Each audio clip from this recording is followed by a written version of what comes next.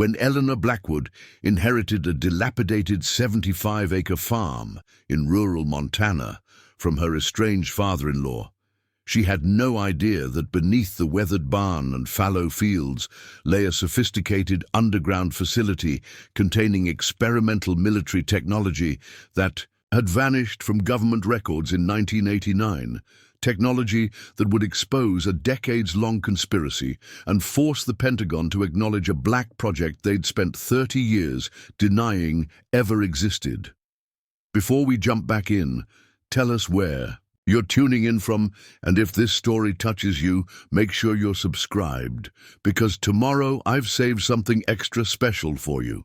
Eleanor Blackwood stood in the kitchen of her overpriced Seattle apartment, clutching the official letter from Westmoreland Associates that had arrived that morning. The cream-colored envelope with its embossed legal letterhead seemed oddly formal amidst the stack of past-due notices and final warnings that had become her daily mail. She read the contents for the third time, still unable to process what it meant. "Dear Mrs. Blackwood, we regret to inform you of the passing of your father-in-law, Colonel Richard Blackwood, retired.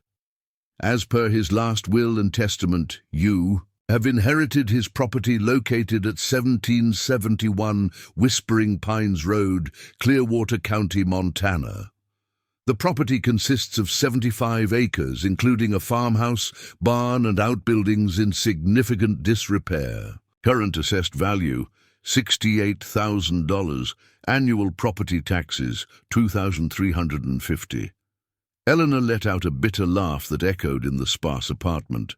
Richard Blackwood, the man who had disowned his own son for marrying beneath his station and who had refused to even attend Michael's funeral after the car accident 2 years ago, had left her a rundown farm in the middle of nowhere.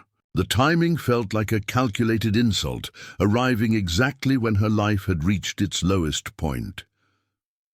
At 46, Eleanor was facing imminent eviction from the one-bedroom apartment she could no longer afford. The medical bills from Michael's 3-month hospital stay before his death had wiped out their modest savings. The life insurance had barely covered the funeral expenses and half of their accumulated debt. Her position as a high school librarian had been eliminated due to budget cuts 4 months ago, and the part-time retail job she'd managed to secure at Northgate Mall barely covered groceries and utilities.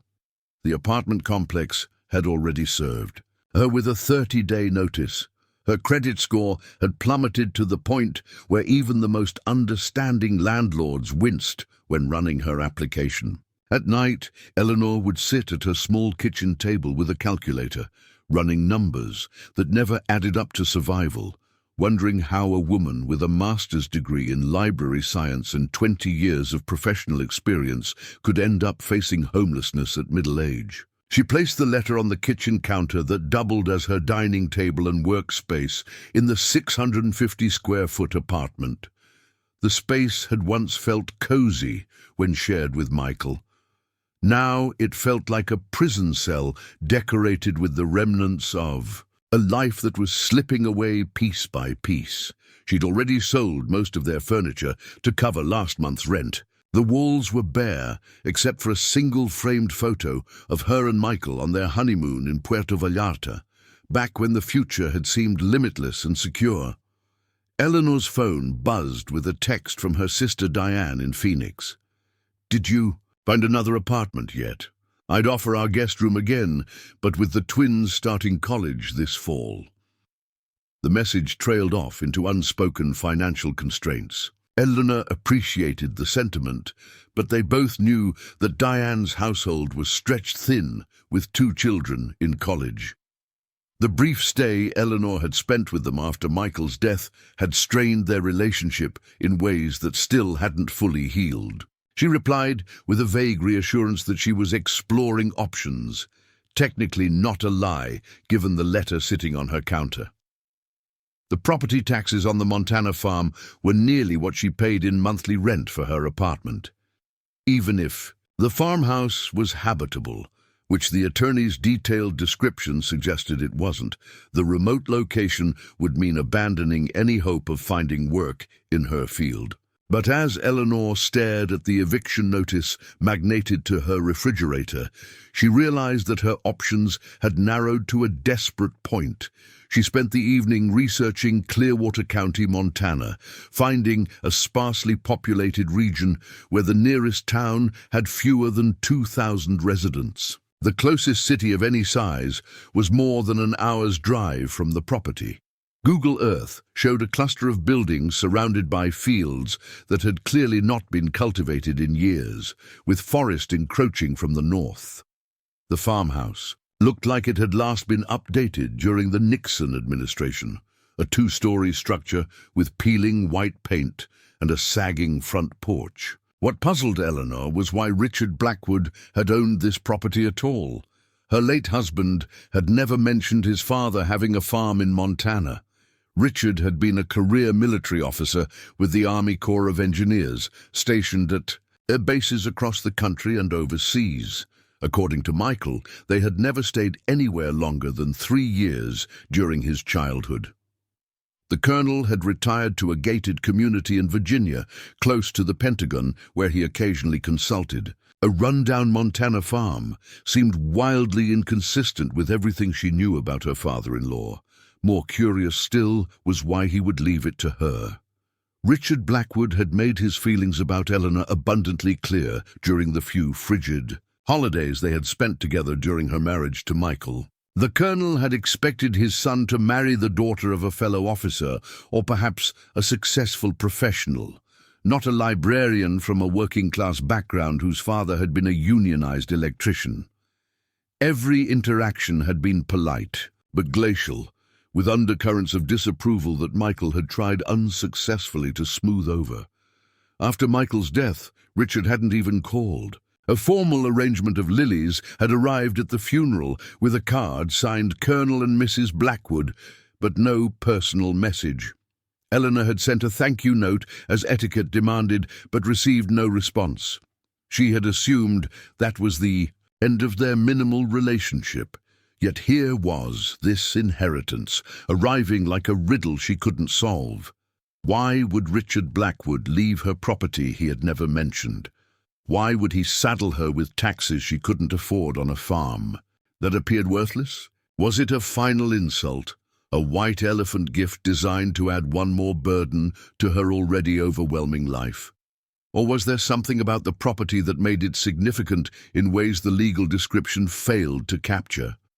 Preparing and narrating. This story took us a lot of time, so if you are enjoying it, subscribe to our channel. It means a lot to us. Now back to the story. Eleanor opened her laptop and began researching property records in Clearwater County. The official information was sparse, showing that Richard Blackwood had purchased the property in 1989, paying $215,000, a substantial sum for rural Montana at that time.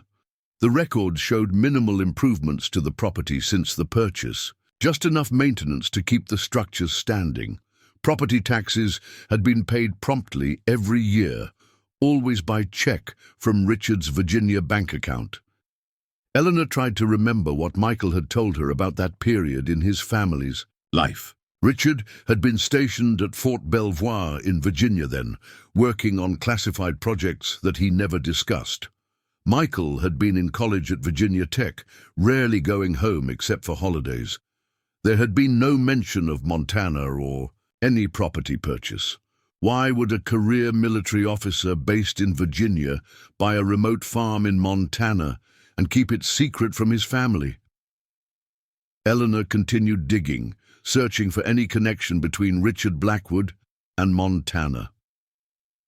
His military records available through public sources showed no postings to any Montana base. He had specialized in infrastructure engineering and later in secure facility design, primarily working on military installations in the US and NATO bases abroad. Around midnight, as Eleanor was about to give up her search, she found something that made her pulse quicken. A local newspaper article from the Clearwater County Gazette, dated October 1988, mentioned the federal government purchasing several properties in the area for military training purposes. The article noted concerns from local residents about increased activity around the defunct Clearwater Mining Company lands, with unmarked vehicles and construction equipment arriving at odd hours. A follow-up article from March 1989 reported that the military activity had ceased as suddenly as it had begun, with officials citing budget reassessments and changing strategic priorities. Most of the properties had been sold back to private owners at significantly reduced prices. One of those owners, listed only as a private investor from out of state, had purchased the old Jensen farm, the property that now appeared to be the same one Richard Blackwood had left to Eleanor. Eleanor's librarian instincts, honed through decades of research assistance, sensed a pattern emerging from the scattered information. Richard Blackwood, working for the Army Corps of Engineers on classified projects, had purchased property in Montana immediately after the military had abandoned some kind of installation there. He had maintained the property minimally but consistently for over 30 years, paying taxes on land that generated no income and apparently served no purpose in his life. The most intriguing question, however, remained unanswered. Why would he leave it to her? The colonel had other options. He had military friends, conservative political causes he supported, even a church he attended regularly in Virginia. Any of them would have made more logical heirs than the daughter-in-law he had barely tolerated, unless there was something about the property that required family involvement. Something he couldn't entrust to outsiders, but felt obligated to keep within the Blackwood name, even if only by marriage. Eleanor looked around her apartment at the stacks of past-due notices and the half-packed boxes she'd started filling in anticipation of eviction. She had $4,880 in her checking account, the remainder of her final paycheck from the school district and 2 weeks of minimum wage from the mall. She had a 15-year-old Toyota Camry with 187,000 miles on the odometer. She had an eviction impending and no prospects for affordable housing in Seattle's inflated market. Most importantly, she had nothing left to lose. Eleanor made a decision that surprised even herself. She would drive to Montana to inspect this mysterious inheritance. Best case scenario, she might find a habitable structure where she could live, while figuring out her next steps, avoiding immediate homelessness. Worst case, she could sign whatever papers were necessary to sell the property quickly, even at a loss, and use whatever proceeds might result to secure temporary housing back in Seattle while continuing her job search. The rational part of Eleanor's mind argued that this was a foolish use of her limited resources. The gas alone for the 600-mile drive would cost a significant portion of her remaining funds. But something about the mysterious circumstances surrounding Richard Blackwood's purchase and the decades of secrecy compelled her to investigate personally before making any decisions. Eleanor spent the next day organizing her trip. She withdrew $2,000 from her account, leaving just enough to cover her final utility bills. She packed essentials into her Toyota: clothes, toiletries, a sleeping bag in case the farmhouse was uninhabitable, and basic tools that might be useful for preliminary repairs. She filled a cooler with sandwich supplies and bottled water to avoid spending money on restaurants during the journey. Her library training had taught her to be methodical in her preparations, considering contingencies and resource limitations. Before leaving Seattle, Eleanor contacted Westmoreland Associates to inform them of her plans to visit the property. The attorney handling the estate seemed mildly surprised by her interest, but provided additional documentation, including the property deed, utility information. The electricity was still connected, but water came from a well that might need inspection, and contact information for a local caretaker named Hank Bowman, who checked on the property monthly. Mrs. Blackwood, the attorney, added before ending the call, "I should mention that Colonel Blackwood left specific instructions that the property was to be offered to no one else if you declined the inheritance. In that case, it would revert to the federal government under terms he arranged prior to his death, most unusual stipulation I've seen in 20 years of estate law. This final piece of information cemented Eleanor's determination to investigate. Why would Richard Blackwood insist that the property go to either her or the government, with no other options? What could possibly be on that land that warranted such specific instructions? Eleanor left Seattle at dawn on a Thursday morning, in early June, heading east on I-90 toward the Idaho border. The drive gave her hours to think about how completely her life had unraveled in the 2 years since Michael's death. The transition from respected educational professional with a secure future to retail worker facing homelessness had been so rapid and complete that sometimes she felt like she was living someone else's life, a cautionary tale about how quickly middle-class security could evaporate in America's merciless healthcare system. She and Michael had done everything right according to conventional wisdom. They had maintained health insurance, saved consistently if modestly, avoided extravagant debt, pursued stable careers in education. None of it had mattered when the drunk driver crossed the center line on a rainy November evening, sending their car into a guardrail and Michael into a 3-month medical nightmare that consumed everything they had built over 20 years together. As Eleanor drove through the changing landscape, from Washington's lush forests to Idaho's rolling hills, and finally into Montana's expansive spaces, she reflected on what she was really looking for at the end of this journey. Was it just shelter from imminent homelessness? Or was she seeking answers about the father-in-law who had rejected her in life but sought her out in death? Perhaps she was simply following the last mysterious connection to Michael, a final thread linking her to the life they had shared. By late afternoon, Eleanor had reached the outskirts of Clearwater County.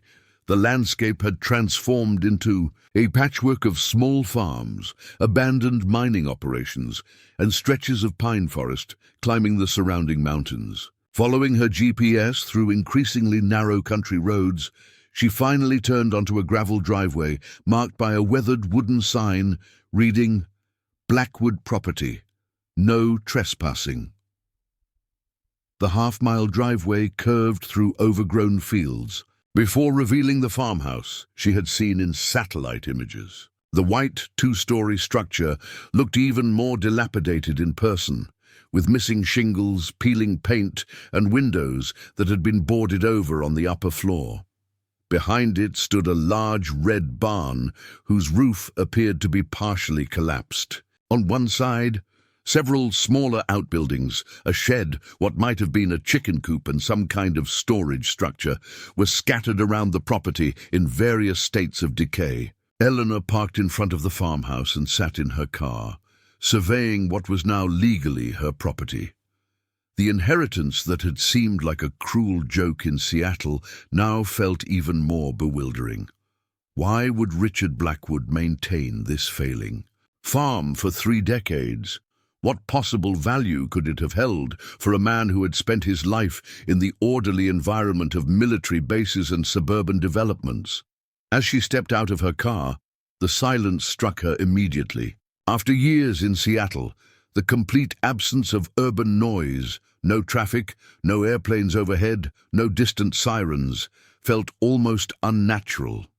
The only sounds were the rustle of wind through unmowed grass and the occasional call of birds from the forest edge. The air smelled of pine, dry grass, and something metallic that she couldn't identify. Eleanor approached the farmhouse cautiously, aware that abandoned rural structures often became homes for wildlife or shelter for squatters. The front porch creaked ominously under her weight, but the wooden boards held.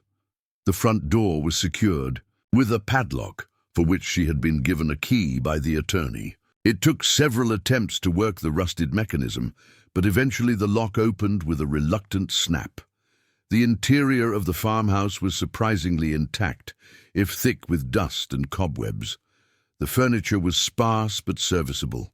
A couch and armchair in the living room, a kitchen table with 4 chairs, a simple bed in the main bedroom. Everything had the impersonal quality of a space maintained for function rather than comfort, like temporary military housing or a model home. Staged for quick sale, Eleanor walked through the rooms, noting that while the house needed substantial work, electrical updates, plumbing repairs, new windows, it wasn't uninhabitable. With immediate attention to the most critical issues, she could potentially live here while figuring out her next steps. The property taxes were high, but with no rent to pay and sufficient repairs to make the house functional, she might be able to stretch her remaining funds long enough to establish herself in the area. But nothing she saw explained why Richard Blackwood had owned this property or why he had left it specifically to her. The house contained no personal items, no photographs or mementos, nothing to suggest it had ever been more than a rarely used shelter. If anything, it reinforced the mystery. Why maintain a property you never used and apparently had no emotional connection to? As the evening light began to fade, Eleanor decided to check the barn before settling in for the night.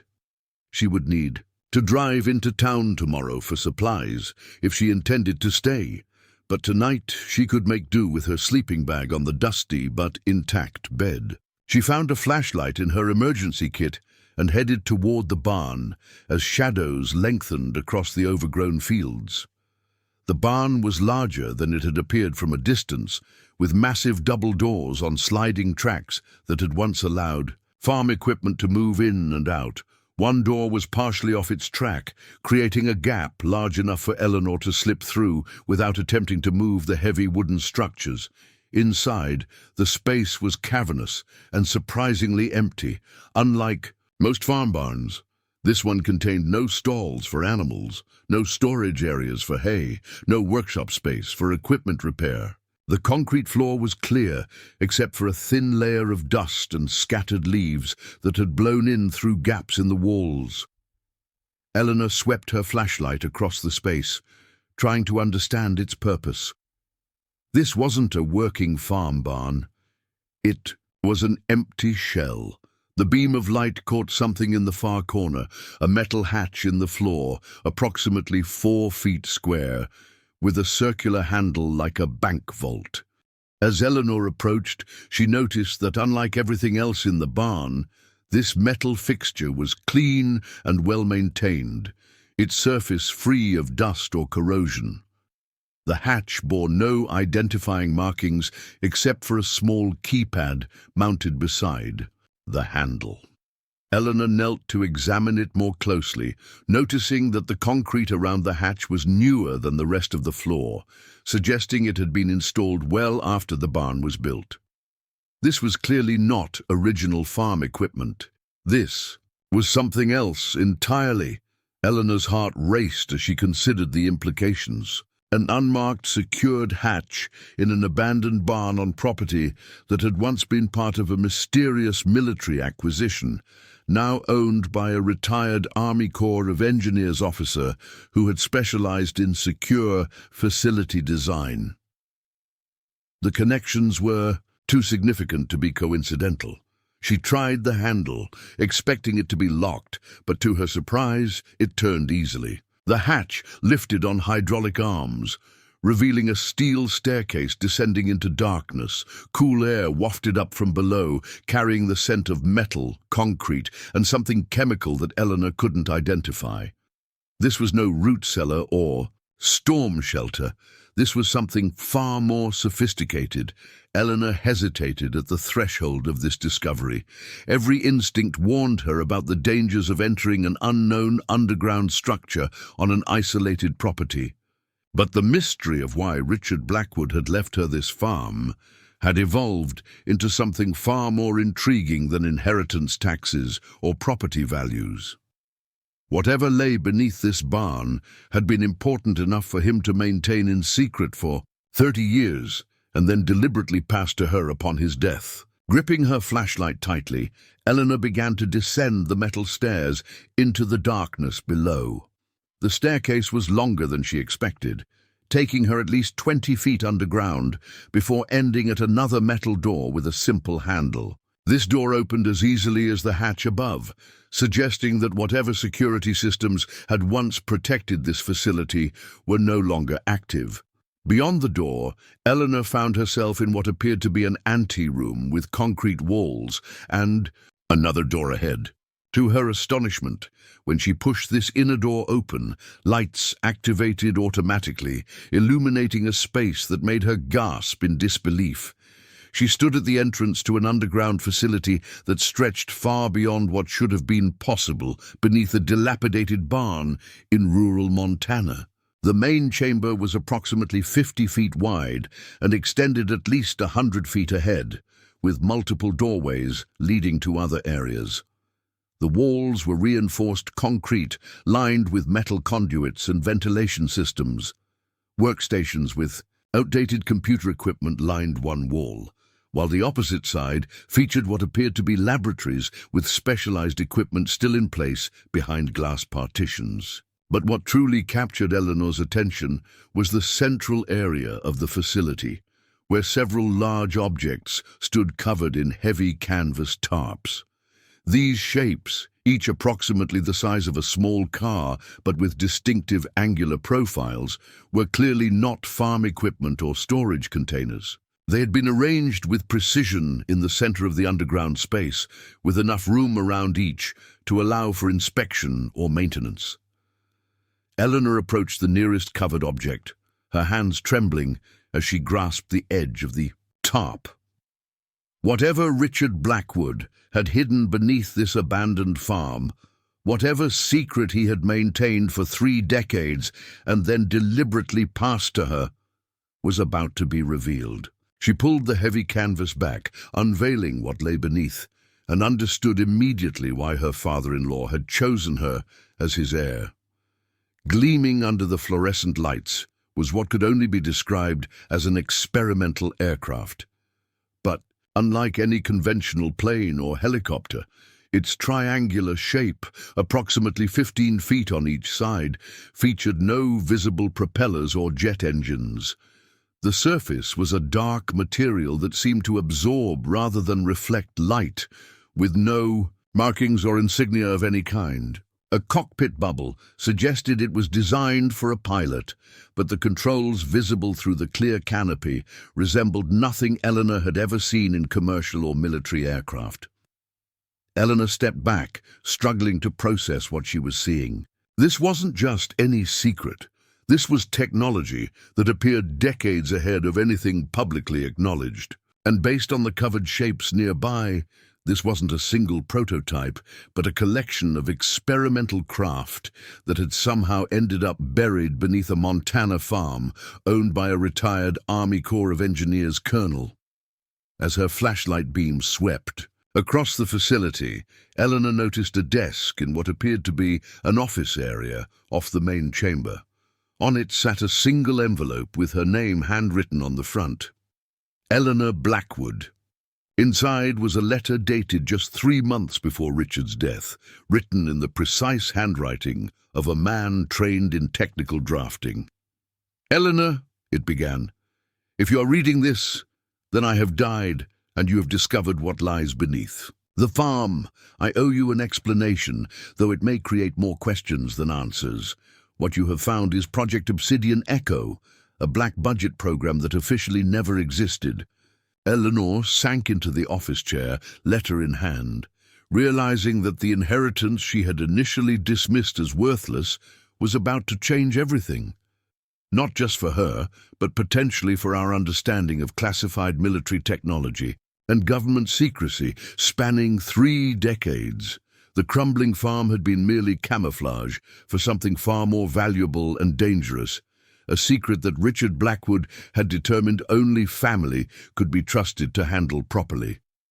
And now, that secret was hers, for better or worse. Eleanor spent her first night in the farmhouse in a state of stunned disbelief, sleeping fitfully on a camping pad she'd rolled out on the dusty floor of what had once been the living room. She'd been too shaken by her discovery to remain in the underground facility after reading the first page of Richard's letter, which confirmed her suspicions that the aircraft were part of a classified military program. She needed daylight, fresh air, and time to process what she'd found before venturing back underground. As dawn broke across the Montana landscape, Eleanor sat on the sagging front porch with a cup of instant coffee, watching the sun illuminate the neglected fields surrounding the property. The peaceful scene stood in stark contrast to the extraordinary secret buried beneath the barn. She pulled Richard's letter from her pocket and continued reading where she'd left off the night before. Project Obsidian Echo began in 1986 as a joint DARPA Air Force initiative to develop unconventional aerial platforms utilizing propulsion technology that had been theoretically developed but never successfully implemented. I was brought in as lead infrastructure engineer to design the testing facility, originally planned for Nevada. Budget constraints and increasing scrutiny from congressional oversight committees led to the decision to establish a more discreet testing location in Montana using the cover of military training exercises. The technology you've discovered represents a significant leap forward in aerospace capabilities, or it did 30 years ago. The prototypes utilize an electromagnetic propulsion system that eliminates the need for conventional engines or fuel, capable of maneuverability that would be impossible with traditional aircraft designs. The program achieved several successful test flights between 1987 and 1989, exceeding all performance metrics established by the Pentagon. Then everything changed. In October 1989, an incident occurred during a night test that resulted in the loss of a pilot and the decision to immediately terminate the program. All documentation was ordered destroyed, all personnel reassigned with strict non-disclosure agreements, and the prototypes themselves were scheduled for disassembly and material reclamation. I was tasked with decommissioning the facility. I cannot explain fully why I disobeyed those orders. Perhaps it was the conviction that destroying this technology would be a betrayal of the brilliant minds who developed it. Perhaps it was suspicion about the real reasons for the program's termination, which never aligned with the official explanation. Whatever my motivation, I arranged to purchase the property through civilian channels when the government divested its holdings in the area, ensuring the facility and its contents remained intact but dormant. For 30 years, I have maintained this secret, periodically upgrading security systems and preserving the prototypes. I have violated numerous federal laws and my own military oath in doing so. This burden has cost me more than you can imagine, including my relationship with my son, your husband. The secrecy required to protect this facility made normal family relationships impossible. I am entrusting this to you, Eleanor, because Michael described you as someone with both intelligence and integrity. He said you were the most principled person he had ever known, even when he disagreed with your principles. I need someone who will make the right decision about this technology, not necessarily the decision I would make, but the right one for the right reasons. In the office safe, combination 472389, you will find complete technical documentation for the aircraft, the circumstances of the incident that ended the program, and evidence of what I believe was the real reason Project Obsidian Echo was terminated. What you do with this information is now your responsibility. Choose carefully. There are people who would kill to possess what lies in this facility. There are others who would kill to ensure it remains buried forever. The security systems are designed to appear inactive, but will alert me. And now my attorney, who has instructions in the event of my death, if unauthorized personnel approach the facility. I failed as a father to Michael, and I failed as a father-in-law to you. I cannot undo those failures. But perhaps in entrusting you with this legacy, I can offer some measure of recompense for the man we both loved. Richard Blackwood, Colonel, U.S. Army Corps of Engineers, retired. Eleanor folded the letter carefully, her hands trembling slightly. The implication that her cantankerous, distant father-in-law had actually respected her enough to entrust her with something of this magnitude was almost as shocking as the discovery itself. Richard Blackwood had barely spoken 10 consecutive words to her during family gatherings, yet he had apparently been paying attention when Michael spoke about her, noting qualities she hadn't realized her husband had articulated to his father. More immediately concerning, however, was the revelation that she was now responsible for experimental military technology that the government had officially ordered destroyed 3 decades ago. She was sitting on a secret that could potentially result in criminal charges for espionage or treason, depending on how authorities chose to interpret Richard's actions and her inheritance of the results. Eleanor returned to the farmhouse and surveyed the dilapidated structure with new eyes. What had appeared to be neglect now revealed itself as deliberate camouflage.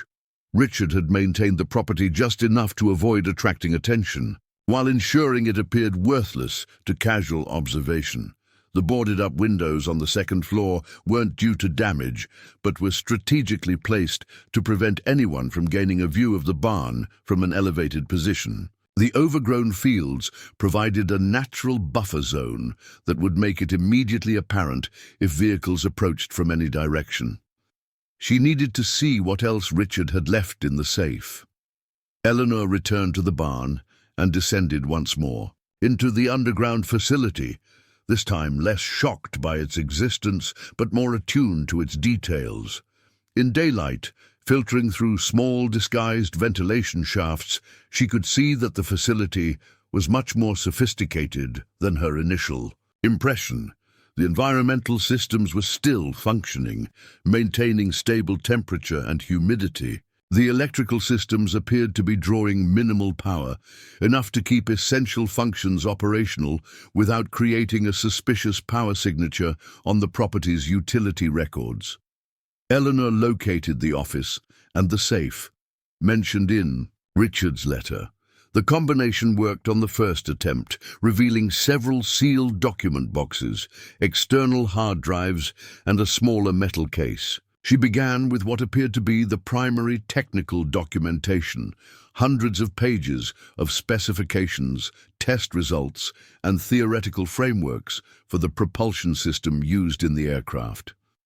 Much of it was beyond her understanding, filled with physics equations and engineering concepts that would require specialized knowledge to interpret. The historical documentation was more accessible. Project Obsidian Echo had begun as a theoretical research initiative before evolving into a practical development program. The aircraft she had discovered were the 5th generation of prototypes, representing the culmination of nearly a decade of research. The pilots had been drawn from elite Air Force test programs, sworn to extreme levels of secrecy, even by military standards. Then she found the incident report from October 14, 1989, the event that had supposedly ended the program. During a night testing operation, one of the aircraft had experienced what was officially termed a catastrophic system failure, resulting in the death of the test pilot, Major Thomas Ridley. The report included photos of a crash site, technical analyses of recovered components, and the recommendation for immediate program termination due to insurmountable safety concerns and technological limitations. But in a separate folder, marked Actual Incident, RB Personal, Eleanor found a very different account. Richard's private investigation, conducted without authorization, suggested that the aircraft hadn't crashed at all. Radar tracking data, which Richard had apparently secretly preserved, showed the prototype performing exactly as designed until it suddenly accelerated to a velocity beyond the established parameters and disappeared from all monitoring systems. There was no crash signature, no debris field consistent with an aircraft impact. The officially documented crash site had been staged using components from an earlier prototype. Most disturbing was Richard's conclusion. Pilot Ridley did not die in a crash. The aircraft didn't malfunction. It performed beyond our most optimistic projections. The program wasn't terminated because of failure. It was terminated because of success that frightened even those who had commissioned it. Attached to this assessment were copies of communications between program directors and Pentagon officials in the weeks following the incident. The language was carefully coded, but the implication was clear. Project Obsidian Echo had demonstrated capabilities that made its overseers uncomfortable. Phrases like exceeds established ethical parameters and philosophical implications require reassessment suggested that the technology had proven more powerful than anticipated, raising questions about whether it should be developed further. Eleanor sat back in the office chair, trying to process the implications. Richard Blackwood hadn't merely preserved expensive prototype aircraft, he had preserved evidence of a technology that someone in authority had decided was too advanced to exist. And now she, a former high school librarian facing homelessness, was the sole custodian of both the technology and the truth about why it had been buried. The responsibility was overwhelming. What was she supposed to do with experimental aircraft that officially didn't exist? Who could she possibly trust with information that the government had gone to such lengths to erase? And more immediately concerning, how long could she remain here investigating before someone noticed her presence? Eleanor's practical nature asserted itself as she organized the material into categories: technical documentation, historical records, and Richard's personal investigations. She needed to understand everything before making any decisions. This would require time to read, time to think, time to consider options that weren't immediately apparent. The farmhouse, despite its dilapidated appearance, could provide shelter while she worked through the mountain of information. But she would need supplies, and eventually she would need income. The $2,000 she had brought wouldn't last long. Even with careful budgeting, property taxes would come due eventually. She needed a plan for survival that would allow her the space to determine what to do about her extraordinary inheritance. Eleanor drove into the nearest town, a small community, called Pinewood Springs, about 20 miles from the farm. The town consisted of a main street with essential businesses: a grocery store, a hardware store, a diner, a small medical clinic, and a library. She purchased basic supplies for the farmhouse: cleaning materials, some simple tools, food staples that wouldn't require refrigeration until she could get the kitchen fully functional. At the hardware store, an older man behind the counter eyed her curiously as she collected plumbing repair materials. "You must be Richard Blackwood's relation," he said, as he rang up her purchases. "Hank Bowman mentioned someone might be coming to look at the old place." Eleanor nodded cautiously. "His daughter-in-law. You knew Colonel Blackwood?" The man snorted. "Knew him as well as anyone around here did, which isn't saying much. He'd show up every few months, stay for a day or two, then disappear again. Never said much, never joined in any community events. Paid his bills on time, that's about all folks around here could say about him." "Did he ever mention why he kept the property?" Eleanor asked, trying to sound casual. "It doesn't seem like he did much farming, that's for certain. Far as anyone could tell, he never grew so much as a tomato plant." The man leaned forward slightly. "Lot of folks wondered about that place. Back in '89, there was all kinds of government activity out that way. Then nothing. Blackwood shows up, buys the place, does nothing with it except put up no trespassing signs and pay Hank to check on it monthly. Peculiar situation, if you ask me." Eleanor thanked him for the information and left with her supplies, aware that her presence would likely become a topic of local conversation. Small towns ran on gossip, and a stranger taking up residence in a property with a mysterious history would certainly attract attention. She would need to develop a plausible cover story to explain her presence without raising suspicion. Back at the farm, Eleanor began the process of making the house minimally habitable. She cleaned one bedroom thoroughly, repaired a leaking pipe under the kitchen sink, and confirmed that the well pump was operational, providing rusty but potable water after running for several minutes. The electrical system was surprisingly robust. Richard had apparently upgraded it discreetly over the years to support the underground facility while maintaining the appearance of a neglected farmhouse. Over the next 3 days, Eleanor established a routine. Mornings were spent on making the farmhouse more livable. Afternoons and evenings were dedicated to studying the materials from the underground facility, gradually building her understanding of Project Obsidian Echo and the extraordinary technology it had developed. The aircraft utilized principles that Eleanor vaguely recognized from theoretical physics articles she'd encountered during her library career. Concepts involving electromagnetic field manipulation, gravity modification, and energy systems that drew power from sources not typically harnessed in conventional technology. The scientific papers were filled with references to zero-point energy and quantum vacuum fluctuations, terms that appeared in speculative scientific literature but were generally considered theoretical rather than practical applications. Yet according to the test flight data, these principles had been successfully implemented 3 decades ago, achieving performance metrics that would still be considered revolutionary today. Aircraft capable of instantaneous acceleration without inertial effects on pilots, maneuverability unrestrained by aerodynamic limitations, and operation without conventional fuel sources would transform aviation and space exploration if they were publicly acknowledged. On her 4th day at the farm, Eleanor was startled by the sound of a vehicle coming up the long driveway. She quickly gathered the documents she'd been studying at the kitchen table and hid them in a panel beneath the stairs that she'd discovered during her cleaning, apparently one of several concealed storage areas Richard had created throughout the house. Through the front window, she observed an older model pickup truck approaching.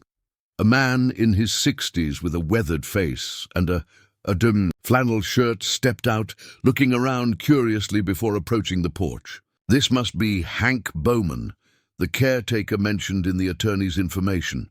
Eleanor opened the door before he could knock. "Mr. Bowman? I'm Eleanor Blackwood, Richard's daughter-in-law." The man nodded, removing his baseball cap. "Ma'am, I stop by first Monday of every month to make sure the place is secure.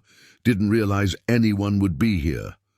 Colonel's attorney called to say the property had been inherited but didn't mention occupation." "It was a somewhat spontaneous decision," Eleanor explained. "I wanted to assess the property's condition before deciding what to do with it." Hank glanced at her car with the Seattle license plates, then back at the house where visible improvements had already been made. "Planning to stay long?"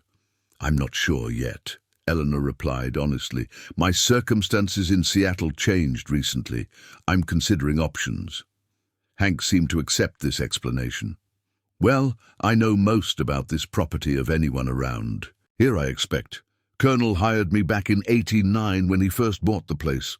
I do basic maintenance, keep an eye out for trespassers, deal with any emergencies. He paid me through his Virginia bank, same check every month for 30 years. Eleanor saw an opportunity to gather information from someone who had observed the property for decades. "Mr. Bowman, did Colonel Blackwood ever explain why he kept this place? It seems an unusual investment for someone who never lived here." Hank shrugged. "Not my business to ask. Military types, they don't much care for questions. He had me make improvements to the barn about 15 years back, reinforcing the structure, replacing some of the roof supports. Said he might store some equipment there eventually, but never did as far as I could tell." He paused. "Though I wasn't to go inside the barn. That was in our agreement from the beginning. I maintained the exterior only." This confirmed Eleanor's growing suspicion that Richard had periodically upgraded the facility beneath the barn, while maintaining its deteriorated external appearance. Did anyone else ever visit the property when Colonel Blackwood wasn't here? Once or twice over the years, men in government-type vehicles would come by. They'd drive up, look around, sometimes take photos from the road, then leave. Colonel always wanted to know about those visits, only time he ever asked me to call him immediately instead of just reporting during our monthly check-in. Eleanor filed this information away. The facility had been monitored periodically, likely by whatever agency had originally overseen Project Obsidian Echo. I appreciate your continued help with the property, Mr. Bowman. I'd like to keep the same arrangement my father-in-law had with you, if that works for you. Hank nodded.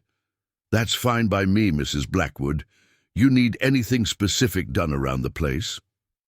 Not at the moment, but I would appreciate your discretion about my presence here. I'm going through a difficult transition and value my privacy right now. Folks around here mind their own business mostly, Hank said, though his expression suggested this wasn't entirely accurate. But I won't be volunteering information. Colonel always appreciated discretion, and I expect you do too. After Hank departed, Eleanor returned to the underground facility to continue her investigation. She needed to determine what Richard had expected her to do with this discovery. His letter had been deliberately vague about specific actions, placing the responsibility for decision-making entirely on her shoulders. But he must have had some intended outcome in mind when he designated her as his heir. The smaller metal case from the safe contained what appeared to be personal effects, items Richard had preserved separate from the official documentation. Inside was a collection of photographs showing the project team, technical diagrams annotated, with handwritten notes and a small leather journal that proved to be Richard's personal log during the project years. The journal entries revealed a more human side to the Colonel than Eleanor had ever witnessed during their brief interactions. His initial entries showed enthusiasm for the project's potential to revolutionize aviation and space exploration. He wrote about the brilliant scientists and engineers he worked alongside, the test pilots who volunteered despite the experimental nature of the aircraft, and his own pride in designing a facility that supported such groundbreaking work. As the project progressed, his entries became more complex. He noted ethical discussions among team members about potential applications of the technology, debates about whether certain capabilities should be developed further, and increasingly frequent visits from officials who seemed more interested in weaponization than scientific advancement. The entry from October 14, 1989, the date of the incident, was particularly revealing. Test flight proceeded normally until 22:17 hours, when Ridley reported unusual instrument readings. Telemetry showed power system operating beyond established parameters but remaining stable. At 22:19, aircraft accelerated to approximately 3 k's previous maximum velocity and disappeared from radar tracking. No Mayday call, no indication of system failure. Search teams deployed immediately but found nothing consistent with crash debris. Mason from Pentagon Oversight arrived within 3 hours, far too quickly to have been notified after the incident, and traveled from Washington. He had shutdown orders already prepared. When I questioned the absence of crash evidence, he said, "Sometimes it's better when things don't exist, Colonel. Some doors shouldn't be opened." By morning, the official story was being documented: equipment failure, pilot death, program termination. But Ridley didn't die in any crash. Something else happened, something they either feared or expected. Subsequent entries documented Richard's private investigation, conducted while ostensibly overseeing the facility's decommissioning. He had secretly copied data, preserved components that were supposed to be destroyed, and ultimately made the decision to maintain the facility and its contents when the opportunity to purchase the property arose. The final journal entry was dated just 4 months before his death. Medical prognosis confirms what I've suspected. Time is shorter than I'd hoped. Arrangements made for property transfer to Eleanor. Michael always said she was someone who would do the right thing regardless of personal cost. I've never been certain what the right thing is with regard to echo technology. Is it a doorway to advancement that could benefit humanity, or a Pandora's box better left sealed? That decision now falls to someone else. I can only hope I've chosen better than those who buried this project 30 years ago. Eleanor closed the journal, feeling the weight of responsibility increasing. Richard Blackwood had preserved this technology and its history for 3 decades, apparently at significant personal cost, including the relationship with his son. Now he had passed that burden to her, believing she had the integrity to make the right decision without specifying what that decision should be. The immediate practical challenges were daunting enough. She was living in a dilapidated farmhouse in rural Montana with limited financial resources. The property taxes alone would eventually exceed her remaining funds. She needed income, preferably, without drawing attention to herself or being absent from the property for extended periods that might leave it vulnerable. But the larger questions were even more overwhelming. What was she supposed to do with experimental aircraft that officially didn't exist? Who could she trust with information about technology that someone in the government had decided was too advanced or too dangerous to acknowledge? And perhaps most importantly, what had really happened to Major Thomas Ridley during that final test flight in 1989? As Eleanor left the underground facility that evening, carefully securing the entrance behind her, she realized that she had crossed a threshold from which there was no return. Knowledge, once gained, couldn't be unlearned. She now possessed information that powerful people had gone to great lengths to conceal.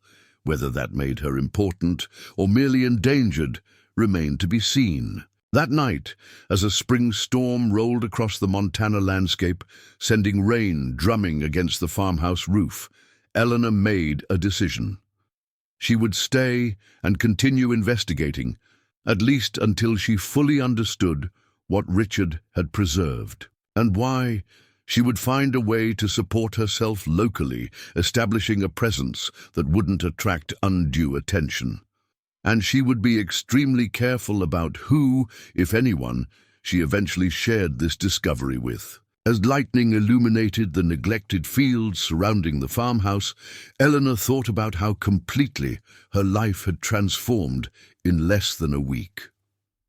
She had gone from a desperate widow facing homelessness to the custodian of what might be the most significant aerospace technology of the century. The inheritance that had initially seemed like a cruel joke now represented both extraordinary opportunity and potentially lethal danger. Eleanor Blackwood had come to Montana seeking shelter from financial ruin. Instead, she had found a mystery spanning decades, technology that defied conventional understanding, and a responsibility she had never sought but could not now abandon. Whatever Richard Blackwood's ultimate intentions had been in leaving her, this property, he had certainly succeeded in one thing, giving her a purpose beyond mere survival. The rain continued through the night, washing away the dust of neglect from the farm's exterior, just as Eleanor's discovery had begun to clear away the accumulated secrets of 30 years.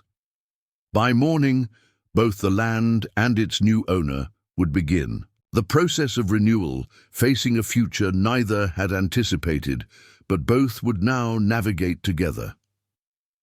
2 weeks into Eleanor's stay at the Montana property, she had established herself as a quiet but not entirely reclusive presence in the community of Pinewood Springs. She'd crafted a simple cover story that contained enough truth to be believable.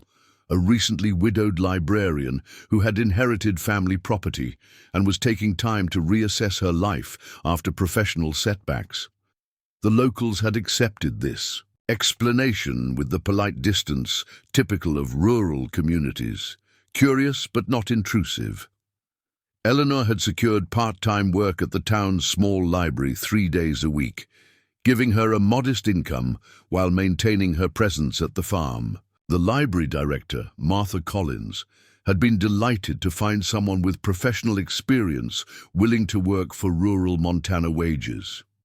The position allowed Eleanor access to the internet without having to establish a suspicious high-speed connection at the isolated farmhouse, as well as the ability to conduct research using interlibrary loan services without raising questions about her interests. Each evening, Eleanor returned to the farm and continued her methodical investigation of the underground facility and its contents. She had established a secure cataloging system for the documents, creating a comprehensive index of the technical specifications, test flight data, and Richard's personal observations. The work called upon her professional skills as a librarian, organizing information, identifying connections between seemingly disparate elements, and gradually constructing a coherent narrative from fragments of evidence. The picture that emerged was both fascinating and disturbing.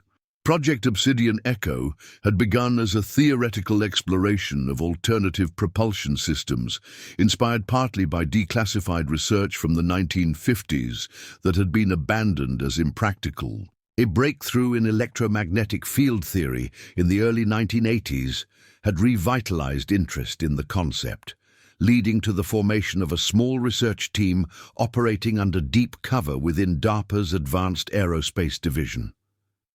Initial prototypes had demonstrated limited success, achieving brief periods of controlled flight using principles that defied conventional aerodynamics. Each successive generation had improved dramatically, culminating in the fifth-generation aircraft that Eleanor had discovered beneath the barn, vehicles capable of maneuverability that would be impossible with traditional aircraft designs, operating without conventional fuel sources and potentially achieving velocities far beyond anything publicly acknowledged as possible.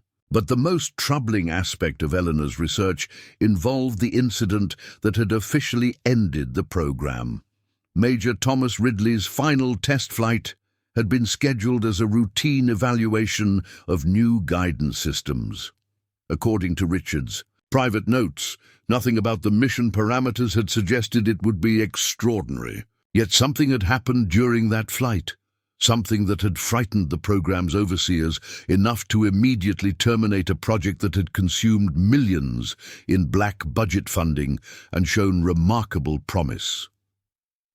Richards' investigation suggested that Ridley's aircraft hadn't malfunctioned, but had instead achieved something unexpected, a performance breakthrough that exceeded the program's established parameters. The radar data showed the vehicle accelerating to velocities far beyond its design specifications before disappearing completely from all tracking systems. There was no crash signature, no emergency transponder activation, nothing to indicate a catastrophic failure.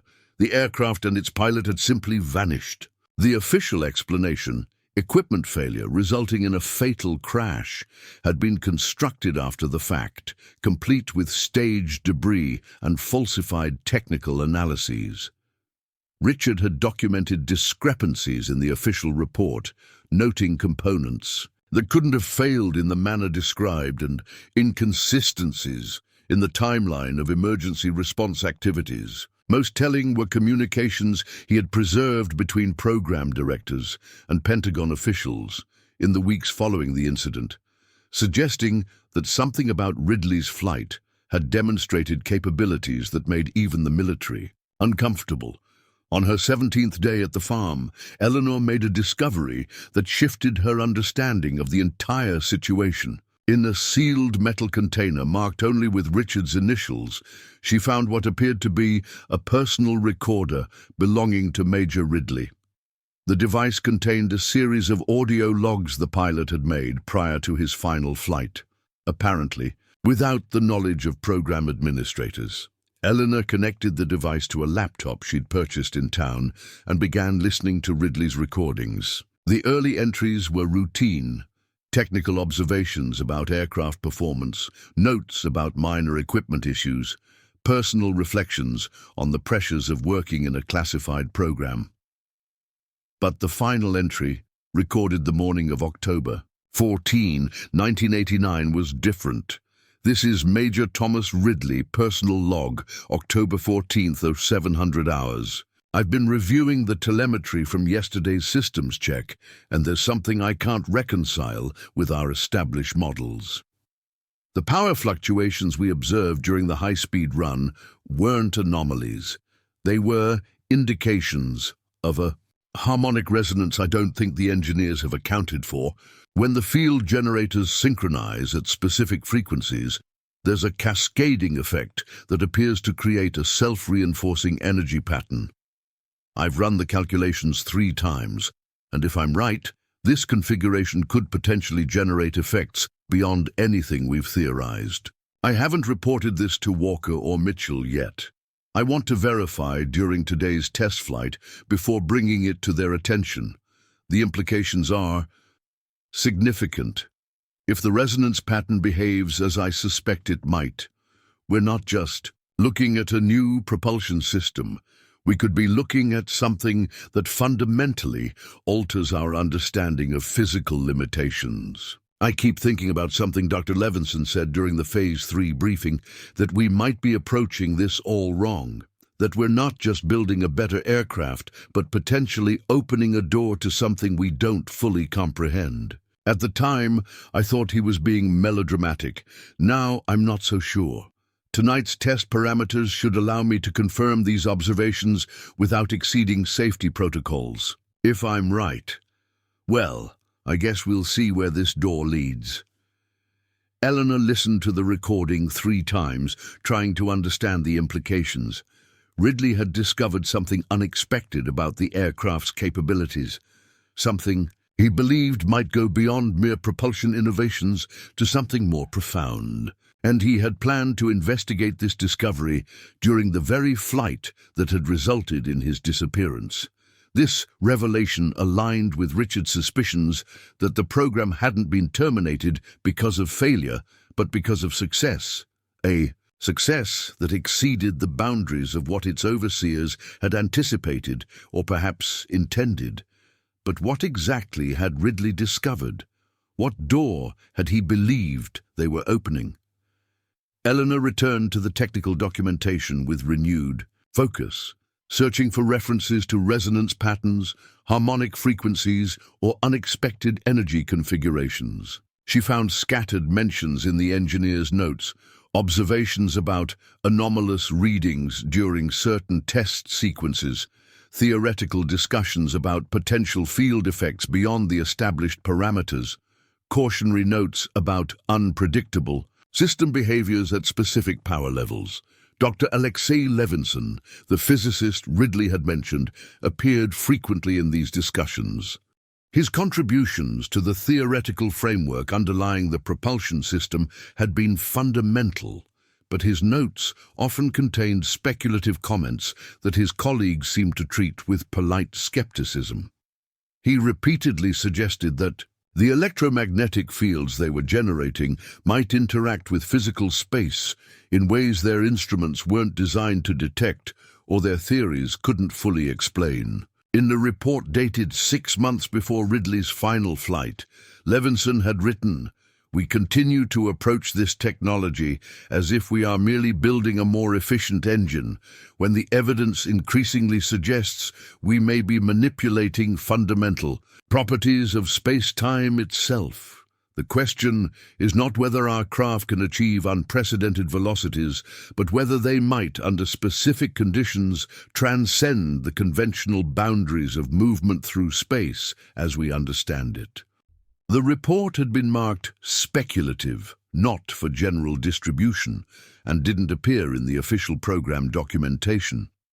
Richard had apparently preserved it as part of his private investigation, perhaps recognizing its significance.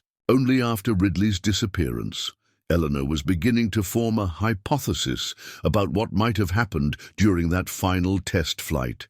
A hypothesis so extraordinary that she hesitated to even articulate it fully. If Levinson and Ridley had been correct, if the propulsion system under certain conditions could affect space-time itself rather than simply moving through it conventionally, then the aircraft's disappearance from all tracking systems might not have represented a catastrophic failure at all, but rather, her thoughts were interrupted by the sound of vehicles approaching the property, multiple vehicles moving faster than local traffic typically would on the rural road. Eleanor quickly secured the documents she'd been reviewing and moved to the front window of the farmhouse. Two black SUVs with government plates were coming up the driveway, followed by an unmarked van. The vehicles had no identifying agency markings, but their appearance and coordination suggested federal authority of some kind. Eleanor's heart raced as she considered her options. Richard's letter had warned that the security systems would alert his attorney if unauthorized personnel approached the facility, but there had been no indication of how quickly a response might come or what form it might take. She had been careful about her activities in town, limiting her research to general topics that wouldn't raise suspicion. Had someone noticed something despite her precautions? Had Richard's attorney betrayed his trust? She moved quickly through the house, gathering essential documents she'd been studying and securing them in one of the hidden compartments Richard had built. The underground facility itself remained well concealed. The entrance in the barn appeared to be nothing more than ordinary flooring unless one knew exactly what to look for and how to access it. But if these visitors had specific knowledge about Project Obsidian Echo, they might know exactly where to search. As the vehicles pulled up in front of the farmhouse, Eleanor took a deep breath and stepped onto the porch, adopting the demeanor of a puzzled homeowner facing unexpected visitors. Three men emerged from the lead SUV, two younger men in dark suits flanking an older man with silver hair and the confident bearing of someone accustomed to authority. "Mrs. Eleanor Blackwood?" the older man asked, approaching the porch while his companions remained alert but non-threatening. "I'm Deputy Director Warren Hayes with the Defense Intelligence Agency. These are Agents Miller and Tompkins. We'd like to speak with you about your recent inheritance." Eleanor maintained a neutral expression, hiding her alarm at the specific agency identification. The DIA's involvement suggested this wasn't a routine visit, but something directly connected to Project Obsidian Echo's military origins. "That's quite a delegation for a conversation about a rundown farm, Director Hayes. May I ask what specific interest the Defense Intelligence Agency has in my father-in-law's property?" Hayes's expression remained professional, but his eyes sharpened slightly at her direct question. "Mrs. Blackwood, I believe you and I both know this isn't just about a farm. Colonel Richard Blackwood was involved in sensitive matters during his service, and we have reason to believe he may have left certain materials in your possession that remain the property of the United States government. My father-in-law left me a house and land that had been in his private ownership for 30 years, Eleanor replied, careful to reveal nothing about her discoveries. The attorney handling his estate provided all the appropriate documentation proving his legal ownership and transfer. If you're suggesting otherwise, I'd appreciate seeing the relevant legal authorization for your inquiry." Hayes signaled to one of his companions, who produced an official-looking document and handed it to Eleanor. "This is a national security letter authorizing our investigation into materials potentially residing on this property that fall under classified status regardless of physical location or apparent ownership transfer. We're not here to contest your inheritance of the land itself, Mrs. Blackwood, but to recover specific items that remain under federal jurisdiction." Eleanor examined the document, which appeared authentic, though the legal language was deliberately vague about what specific items they were seeking. Her library career had taught her to recognize when information was being simultaneously provided and withheld. This authorization was constructed to sound comprehensive while actually specifying very little. This is rather vague, Director. Hayes, what exactly are you looking for? Hayes studied her for a moment, apparently assessing how much she might already know. Mrs. Blackwood, approximately 30 years ago, your father-in-law was involved in a classified defense project that was officially terminated in 1989. All materials related to that project were ordered destroyed or secured in appropriate facilities. We have reason to believe that Colonel Blackwood may have retained certain project components or documentation without authorization. We're here to recover those materials. And you've waited until now to look for these supposedly missing materials? Eleanor asked, allowing skepticism to color her tone. My father-in-law owned this property for 3 decades. Why would you suddenly be concerned about it after his death? We maintain ongoing security monitoring for all sensitive programs. Hayes replied smoothly. Colonel Blackwood's death and the transfer of this property triggered a routine review. Now, Mrs. Blackwood, if you've discovered anything unusual on the property, particularly in or near the barn structure, we would appreciate your cooperation in identifying it for proper handling. The specific mention of the barn confirmed Eleanor's suspicion that they had detailed knowledge of the property layout and likely the underground facility as well. This wasn't a fishing expedition. They knew exactly what they were looking for. The question was whether they knew about the true nature of what had happened to Major Ridley and the actual reason for the program's termination. Eleanor made a rapid assessment of her situation. Direct resistance against federal agents would be both futile and potentially dangerous. Denying knowledge when they clearly suspected she had discovered something would only escalate their approach. Her best option was controlled cooperation, revealing some knowledge to establish credibility while protecting the most sensitive information until she could determine exactly what Hayes and his agency intended. Director Hayes, I have indeed found some unusual features on the property that my father-in-law didn't mention in his lifetime, Eleanor acknowledged. Since you've referenced a classified project, I assume you're referring to the underground structure beneath the barn and its contents. Hayes's expression remained neutral, but Eleanor caught the slight relaxation in his posture, confirmation that she was telling him something he already knew. That's correct, Mrs. Blackwood. What specifically have you discovered about that facility? I found what appears to be an abandoned research installation containing experimental aircraft and associated documentation, Eleanor said carefully. Given my background as a librarian rather than an engineer or physicist, much of the technical information is beyond my understanding. I've been cataloging the materials while deciding how to proceed responsibly. Hayes nodded. That's a sensible approach, Mrs. Blackwood. However, those materials contain highly classified information and technology that requires secure handling by authorized personnel. We'll need to inventory and remove everything from the facility. If you'll show us the access point, we can proceed with minimal disruption to your property.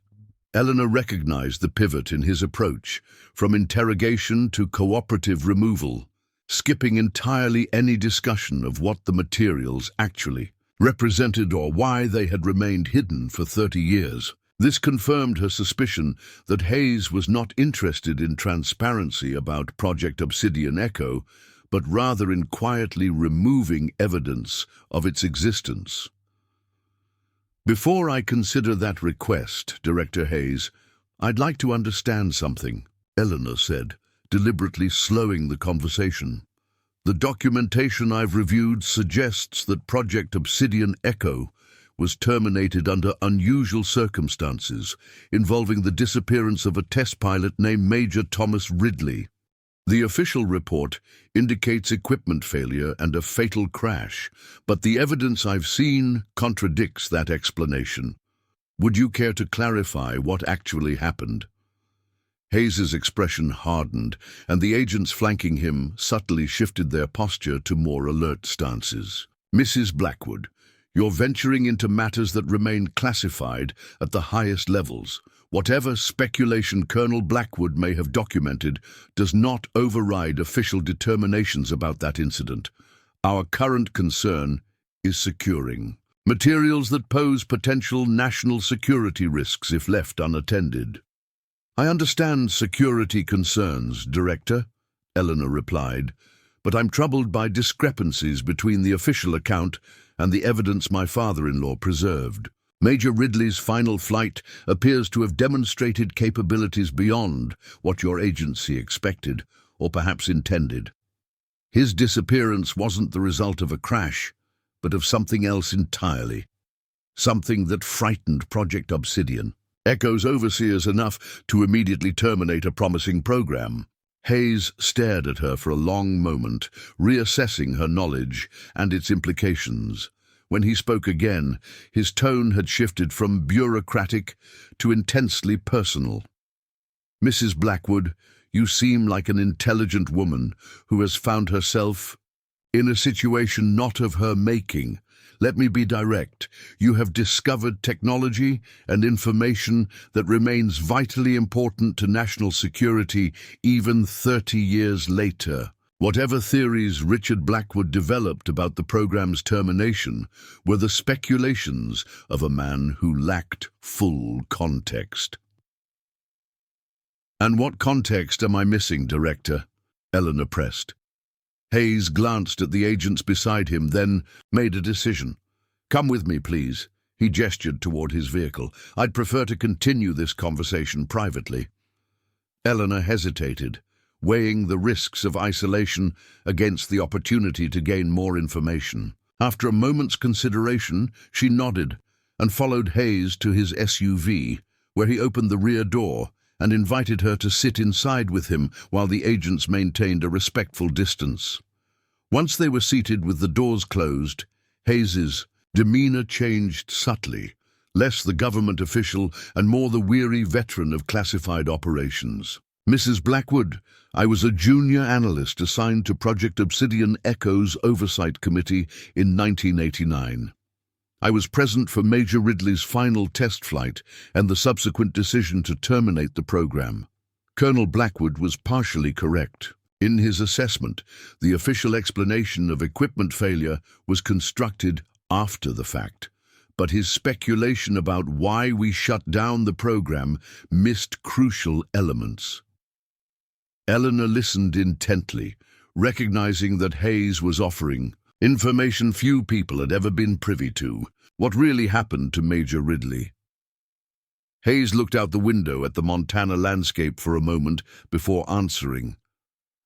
The technology developed in Project Obsidian Echo functioned by generating specific electromagnetic field configurations that affected the aircraft's relationship with surrounding space. In layman's terms, instead of moving through space conventionally, the aircraft could theoretically alter space around itself to achieve movement, like folding a piece of paper to bring two distant points together rather than traveling the length of the page.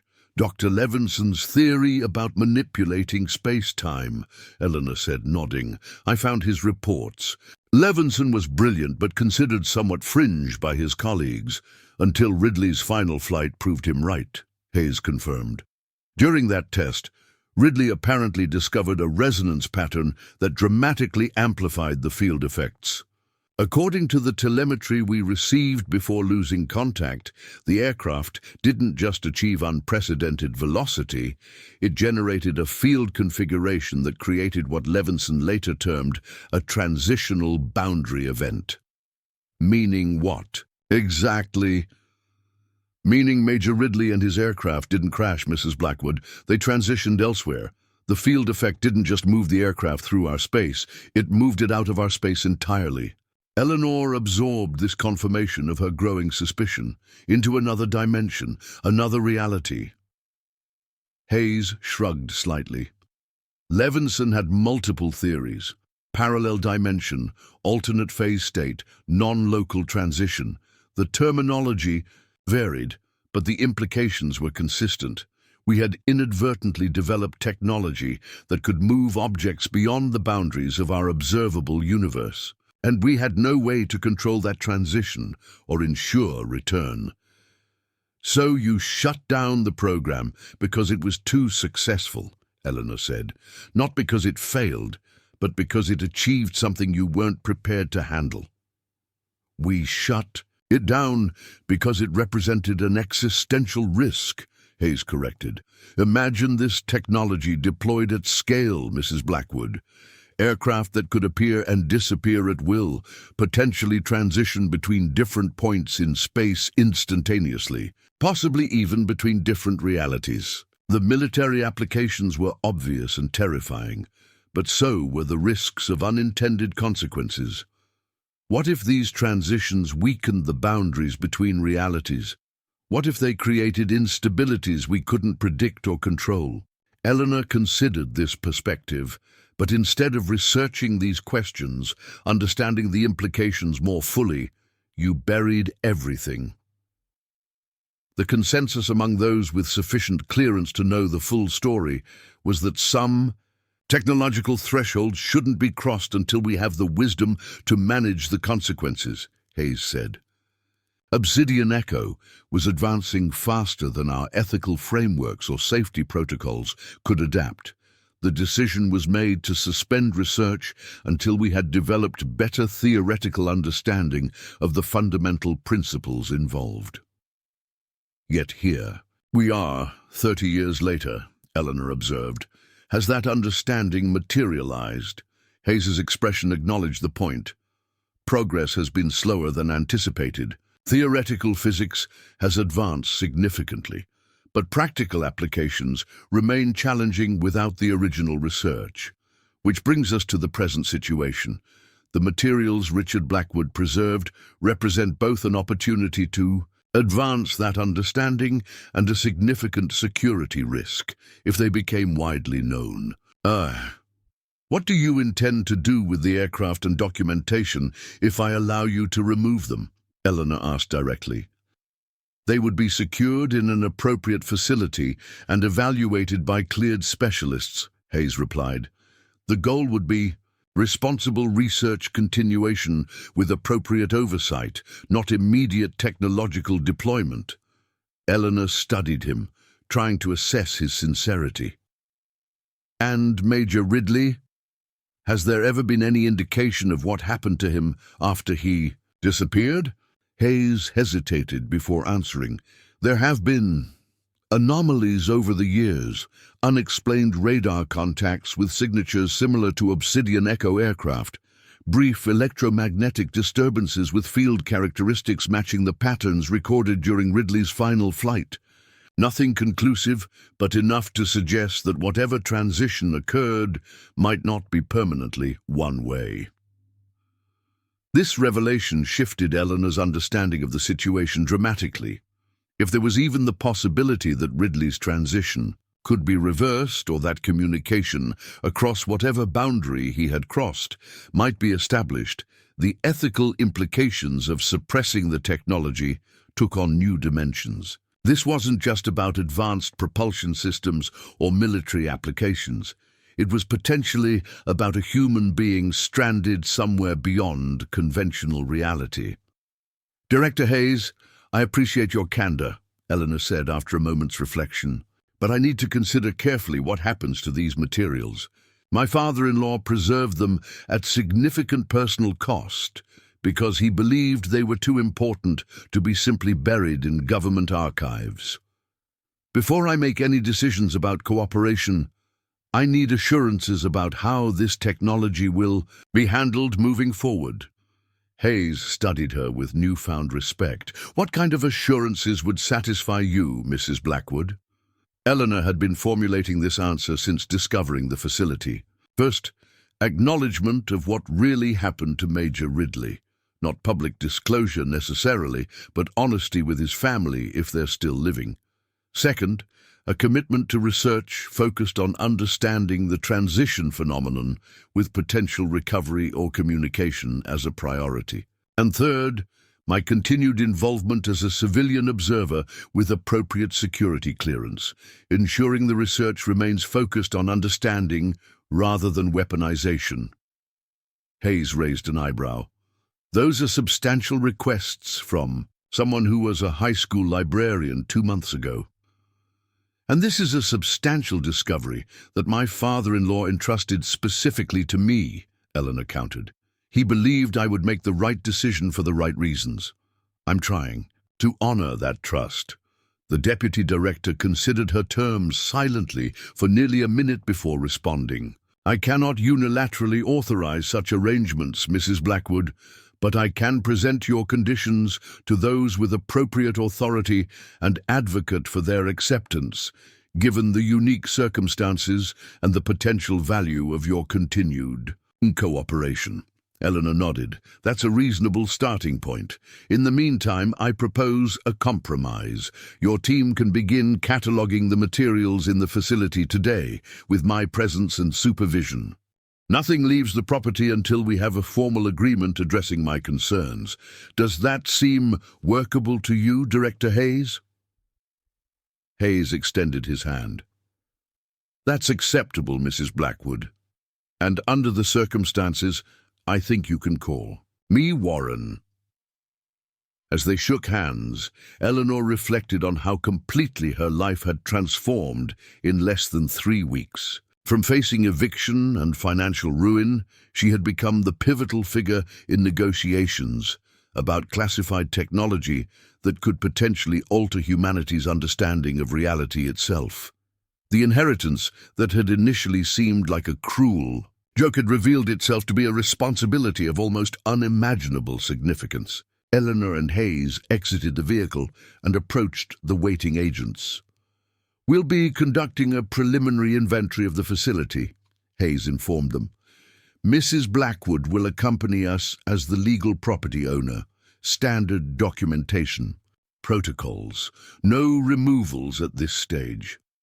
As the group walked toward the barn, Eleanor felt a strange sense of alignment, as if the disparate elements of her life had suddenly converged toward a purpose she couldn't have anticipated, but was uniquely prepared to fulfill.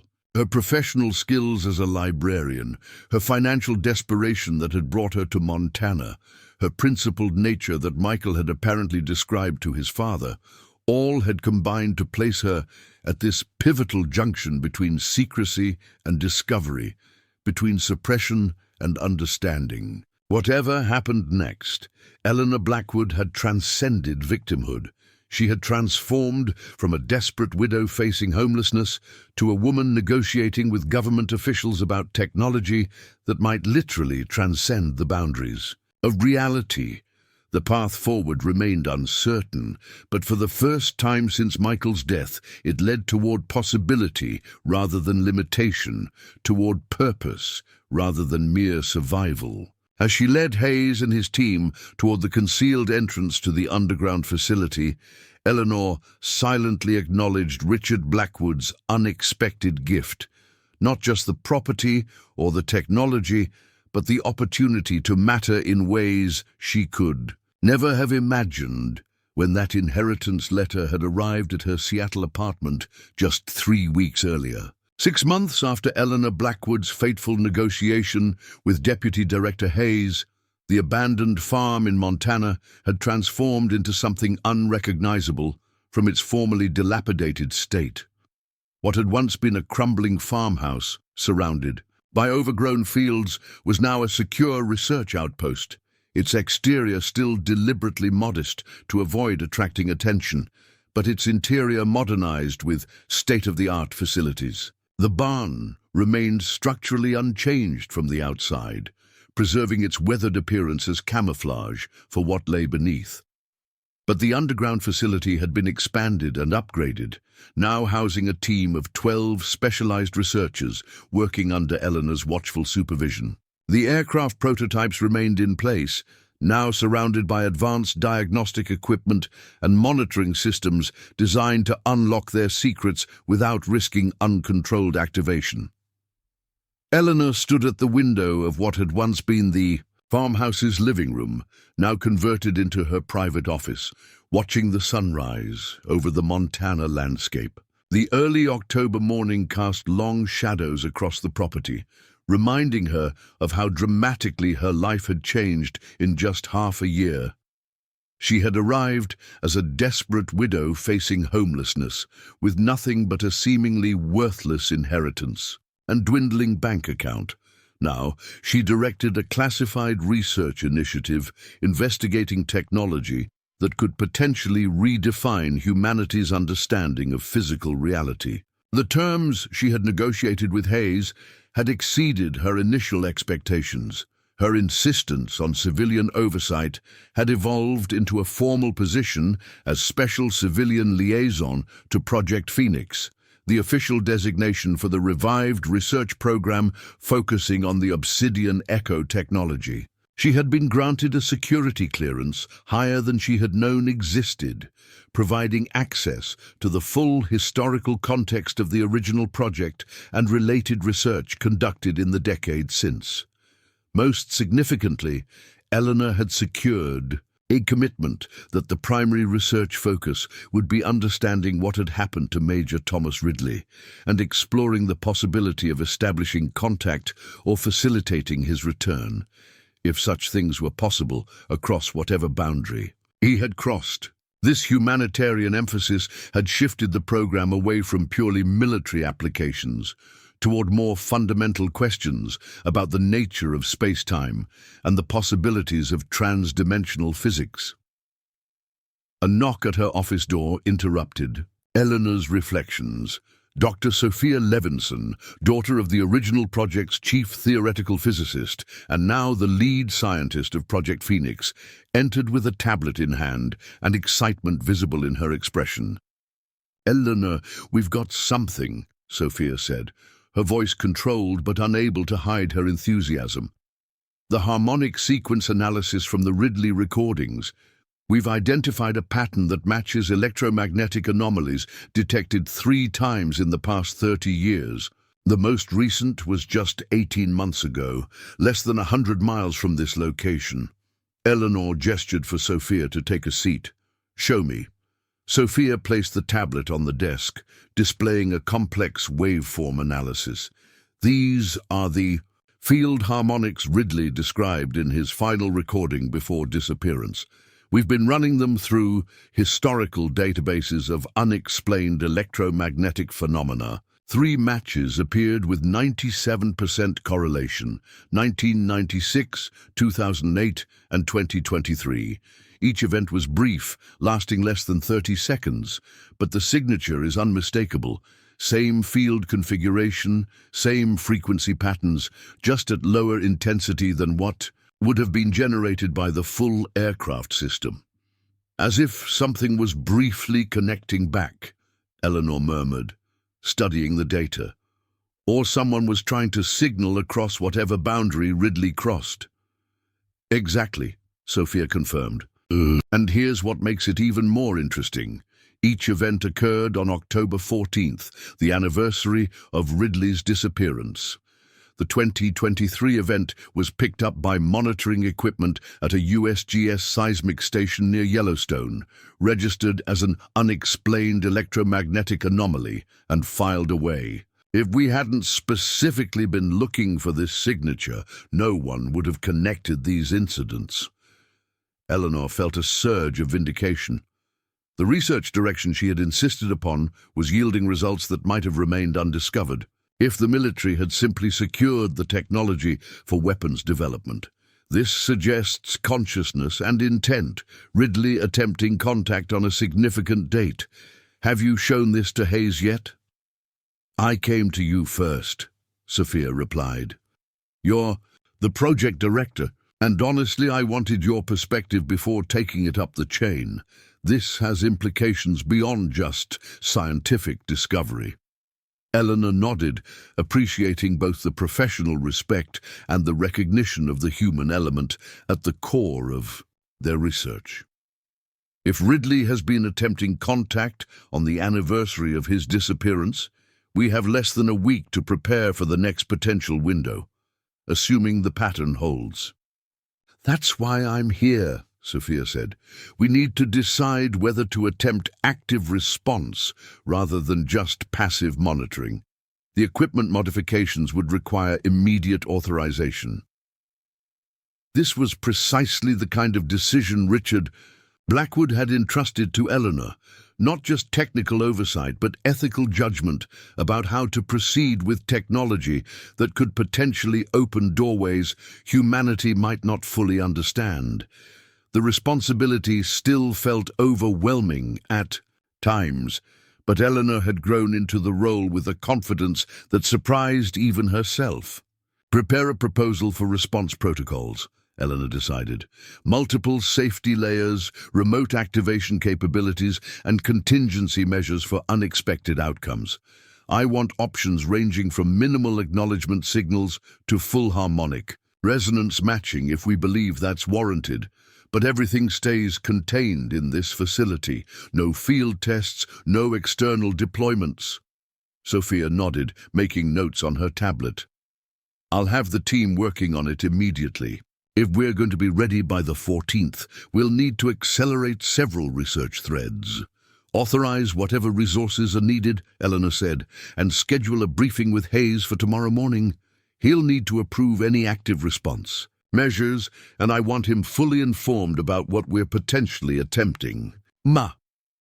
After Sophia departed, Eleanor remained at her desk, contemplating the implications of their discovery. If Thomas Ridley had indeed been attempting to signal across some dimensional boundary on the anniversary of his transition, it suggested not only that he had survived whatever had happened during that test flight, but that he retained awareness of Earth's temporal framework. The possibilities were simultaneously exhilarating and terrifying. Eleanor opened her desk drawer and removed Richard Blackwood's journal, the personal record of his 3-decade vigil protecting the Obsidian Echo technology. She had read it multiple times since discovering the facility, but now certain passages took on new significance. "I often wonder if Ridley found himself somewhere, somehow, and if he understands what happened. The official investigation concluded equipment failure and death, but nothing about that explanation aligns with the data. If Levinson was right about space-time manipulation, could Ridley have transitioned to somewhere we can't perceive or measure? And if so, is that transition necessarily permanent? Some nights I sit in the barn above the facility and imagine Ridley trying to find his way back, like a sailor lost in a dimensional fog, searching for the lights of a familiar shore." Richard's poetic speculation now seemed prescient. The electromagnetic events detected on the anniversary dates suggested exactly the kind of navigational attempt he had imagined. Ridley searching for a way to reconnect with the reality he had left behind. Eleanor closed the journal and made her way down to the underground facility.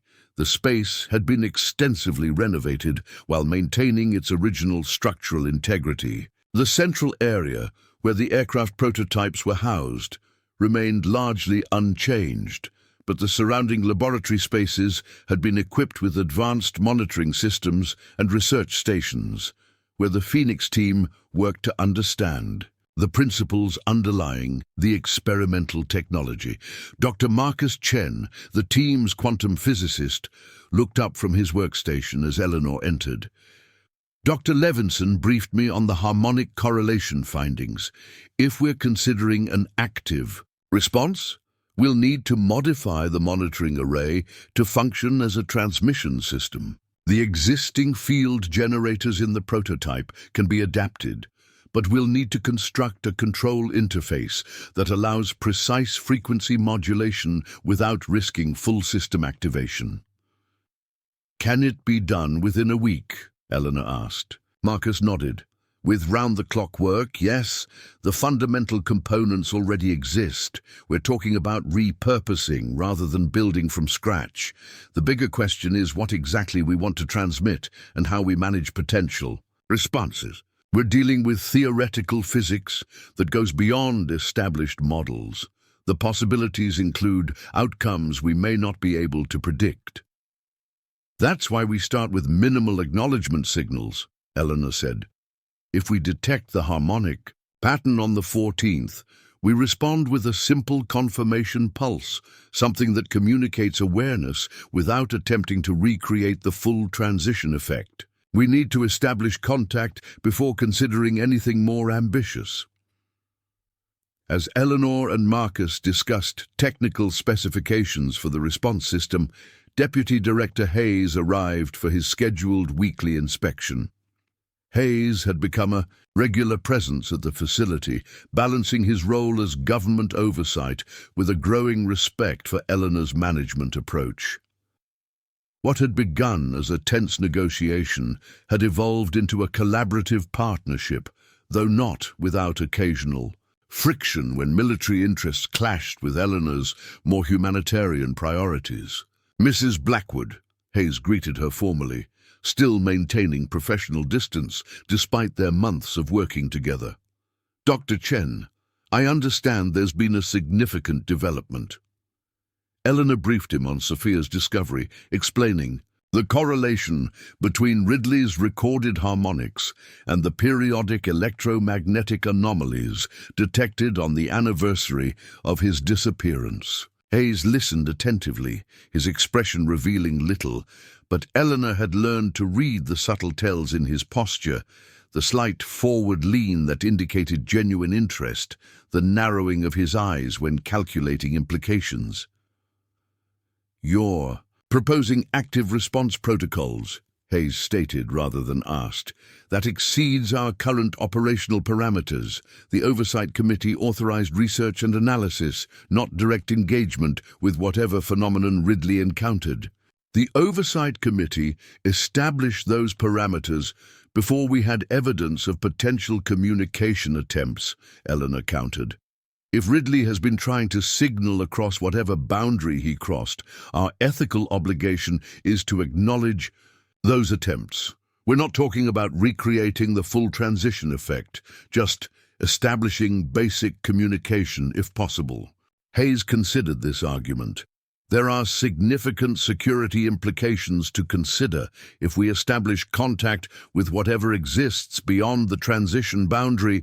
We create potential vulnerabilities, unknown entities or forces gaining access to our reality through channels we don't fully understand.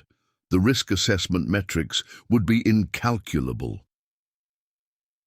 And if we ignore signals from someone who has been trying to reach us for 30 years, Eleanor challenged, a U.S. Air Force officer who was abandoned when his mission produced unexpected results. What metrics would you apply to that ethical calculation, Director Hayes? This appeal to military loyalty struck its intended mark. Hayes had been a career intelligence officer, but he had also served in the Air Force before joining the DIA. The ethos of never leaving someone behind remained powerful in military culture. I'll need a comprehensive proposal, Hayes said after a moment's reflection. Full risk assessment, multi-layered containment protocols, and graduated response options. Nothing proceeds without direct authorization from both myself and the Oversight Committee Chair. And Eleanor, he rarely used her first name, making it significant when he did. I need your personal assurance that this doesn't go beyond controlled communication attempts. No one activates those aircraft or attempts to recreate Ridley's transition without explicit approval at the highest levels. You have my word, Eleanor assured him. Our goal is contact and understanding, not dimensional experimentation. If we establish communication with Ridley, the next steps would be determined collaboratively, with full oversight involvement. Hayes nodded, seemingly satisfied with this commitment. I'll expect the formal proposal by tomorrow morning. The committee can be convened for emergency authorization if the technical assessment supports proceeding. After Hayes departed, Eleanor gathered the core research team for an intensive planning session. For the next 48 hours, they worked nearly continuously, developing the technical specifications for the response system, establishing safety protocols, and creating a graduated communication plan that could adapt to various contact scenarios. The proposal they submitted exceeded even Hayes's exacting standards for thoroughness. The Oversight Committee, recognizing both the scientific opportunity and the potential moral obligation to respond to what appeared to be deliberate contact attempts, granted conditional authorization for the operation. The next 5 days were consumed with implementing the technical modifications and conducting exhaustive testing to ensure the response system functioned exactly as designed. On the morning of October 14th, the 30th anniversary of Thomas Ridley's disappearance, Eleanor stood in the monitoring center adjacent to the underground chamber housing the aircraft prototypes. The response system had been integrated with the original prototype's field generators, but modified to operate at significantly reduced power levels, enough to generate detectable harmonic patterns, but well below the threshold that had triggered Ridley's unexpected transition. The entire Phoenix team was present, along with Hayes and 2 technical specialists from the Oversight Committee. The atmosphere was tense with anticipation as they approached the time window when previous anomalies had been detected, between 2200 and 2300 hours, corresponding to Ridley's original flight time. All monitoring systems active, Dr. Chen reported as the clock approached 2200. Baseline field measurements stable, response system in standby mode, ready for activation on command. Eleanor nodded, maintaining outward calm despite the magnitude of what they were attempting. If their hypothesis was correct, they were about to establish humanity's first deliberate communication across a dimensional boundary that conventional physics couldn't fully explain. If they were wrong, they would spend a very long night watching equipment register nothing but normal background readings. 2 minutes to target window, Sophia announced. Historical anomalies appeared suddenly with minimal preliminary indicators. Everyone should be prepared for rapid response if we detect the signature harmonics. The minutes passed with excruciating slowness, each second marked by the soft beeping of monitoring equipment, scanning across multiple frequency bands and field configurations. When the digital clock displayed 22:17, the exact time Ridley had reported unusual instrument readings during his final flight, the atmosphere in the monitoring center became almost unbearably tense. At precisely 22:19, every monitoring display simultaneously registered a massive spike in electromagnetic activity. The harmonic pattern that had appeared in the historical anomalies emerged with perfect clarity, but at significantly higher intensity than any previous recording. "Signature confirmed," Sophia called out, her fingers flying across her control panel. "Field harmonics matching Ridley's configuration at 99. 8% correlation. This is orders of magnitude stronger than the previous events." Containment fields. "Stable," Marcus reported. "No indication of physical effects beyond electromagnetic detection. Whatever is generating this signal remains separated from our space-time coordinates." Eleanor made the decision they had prepared for. Initiate acknowledgement protocol, minimal power, basic recognition pattern only. Marcus activated the response system, which began generating a simplified harmonic pattern designed to communicate awareness and recognition without attempting to manipulate spatial boundaries. The pattern pulsed 3 times, a deliberately chosen sequence that would be mathematically recognizable as intentional rather than random. For several seconds, there was no change in the incoming signal. Then, with a suddenness that caused several researchers to gasp audibly, the harmonic pattern shifted, matching the 3-pulse sequence they had transmitted, but then expanding into a more complex configuration. "It's responding," Sophia whispered, her voice filled with awe. "It's mirroring our sequence and then elaborating, like it's establishing a communication protocol." "Can we translate this into something more interpretable?" Eleanor asked. watching the complex waveforms shift and evolve on the monitoring displays. "Working on it," Marcus replied, rapidly adjusting parameters on his control panel. "If we convert the harmonic patterns to digital data streams..." There, look at this. The main display screen shifted to show a simple alphanumeric sequence emerging from the complex harmonics. TR 1989 Echo. "Thomas Ridley," Hayes murmured, his professional detachment momentarily forgotten. "He's identifying himself using his initials, the year of disappearance, and the project name."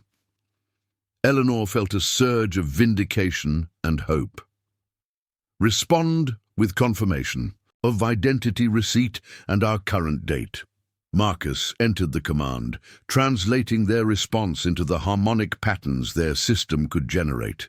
The exchange continued, gradually increasing in complexity as both sides refined their communication protocols. Within 30 minutes, they had established a rudimentary dialogue, confirming beyond reasonable doubt that they were indeed communicating with Major Thomas Ridley, who somehow retained awareness and agency across whatever boundary he had crossed 30 years earlier. The content of Ridley's transmissions was both astonishing and deeply moving. He reported that he had not died during the test flight, but had transitioned to what he described as a parallel phase state, a reality that overlapped with their own, but existed at different vibrational frequencies. He had spent years learning to manipulate the electromagnetic properties of his environment, gradually developing the ability to generate signals that could penetrate the boundary between realities.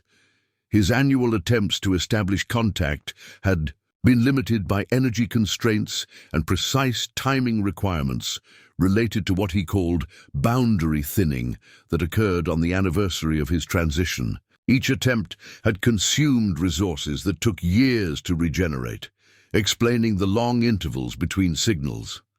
Most significantly, Ridley indicated that his transition was not unique, that others had crossed the boundary before and since, some deliberately and others accidentally, creating a small community of displaced individuals spanning different time periods and origins. They had developed methods for survival and adaptation in their overlapping reality, establishing what amounted to a colony of dimensional castaways. As the communication window began to close, Ridley indicated that maintaining the connection consumed tremendous energy on his side of the boundary. He transmitted one final message that would transform the direction of Project Phoenix.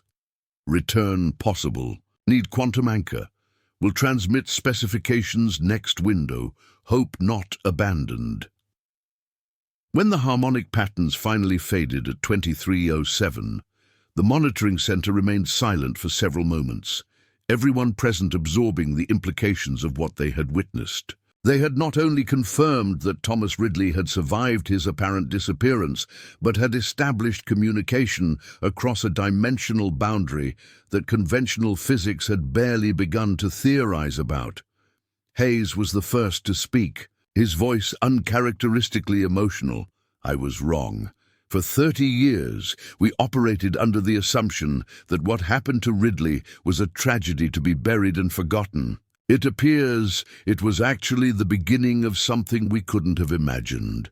Eleanor nodded, already thinking about the months ahead. "He's coming back, Director Hayes, and he's bringing knowledge from beyond anything we've conceived. Our priority now shifts from communication to preparation for retrieval, understanding what he means by a quantum anchor and developing the technology to establish it." "The Oversight Committee will need to be fully briefed," Hayes said, professional focus returning. "This goes beyond anything in our existing authorization parameters. We're talking about potentially opening a controlled gateway between parallel realities. The security implications alone will require presidential-level approval." "And the humanitarian implications?" Eleanor challenged gently. "We're talking about American servicemen and potentially others who have been stranded in another reality, some for decades." Their retrieval should be our primary consideration, not just the security aspects of the technology involved. Hayes studied her for a moment, then nodded. You've earned the right to make that argument directly to the committee, Mrs. Blackwood. Your judgment in handling this situation has been validated by tonight's results. I'll arrange for you to present the humanitarian case alongside the technical briefing. In the days that followed, Project Phoenix underwent a fundamental transformation. What had begun as a research initiative investigating historical technology evolved into a pioneering effort to develop the means for cross-dimensional retrieval. The team expanded, bringing in specialists in quantum physics, theoretical mathematics, and advanced engineering to interpret the preliminary specifications Ridley had promised to transmit during the next communication window. Eleanor found herself at the center of this transformation, her role evolving from custodian of Richard Blackwood's legacy to director of humanity's first purposeful exploration of parallel realities. The farmhouse that had once represented her, desperate last resort, had become the headquarters for research that would potentially rewrite humanity's understanding of physical reality. 3 months after the initial contact, as winter settled over the Montana landscape, Eleanor stood once again at her office window, watching snowflakes swirl across the property that had changed her life so completely. The farm had been fully renovated now, its infrastructure expanded to support the growing research team while maintaining its deliberately modest external appearance. What had once been fields of neglected grass were now discreetly dotted with environmental monitoring, equipment and security systems disguised as agricultural implements. A knock at her door announced Hayes's arrival for their weekly strategy session. Their working relationship had evolved considerably since that first confrontational meeting on her porch. Mutual respect had gradually replaced initial suspicion, though they still occasionally clashed over priorities and methodologies. The quantum anchor components have been fabricated according to the preliminary specifications, Hayes reported without preamble. The engineering team believes we can have the system assembled well before the next communication window in October. If Ridley's detailed specifications match our projections, we could be prepared for retrieval operations by the end of the year. Eleanor nodded, still sometimes amazed by how technical terms that would have been incomprehensible to her a year ago now formed part of her daily vocabulary. And the expansion of the facility? The retrieval chamber will need significant space if we're potentially bringing back multiple individuals. Construction begins next week, disguised as a barn renovation and silo installation. The underground portions will expand the existing facility by approximately 300%, providing adequate space for both the anchor system and appropriate quarantine debriefing areas. Eleanor recognized the subtle shift in Hayes's terminology, quarantine, reflecting the security perspective that still dominated his thinking about the retrieval operation. She had learned to work with, rather than against, these institutional reflexes, finding ways to ensure humanitarian concerns remained central without directly challenging the security framework that made the project possible. I've been reviewing Richard's journals again, Eleanor said, changing the subject slightly. I believe he suspected something like this might be possible. Some of his later entries speculate about cyclical phenomena and boundary thinning. He lacked the theoretical framework to fully articulate it, but his intuition was leading him towards similar conclusions to what Ridley has confirmed. Hayes considered this. Blackwood was more insightful than we gave him credit for. His decision to preserve the technology rather than allow its destruction created the possibility for Ridley's eventual return, and his choice of you as his successor has proven equally prescient. This rare personal acknowledgement from Hayes reflected how far they had come from their initial confrontation. "I sometimes wonder what Richard would think of all this," Eleanor admitted.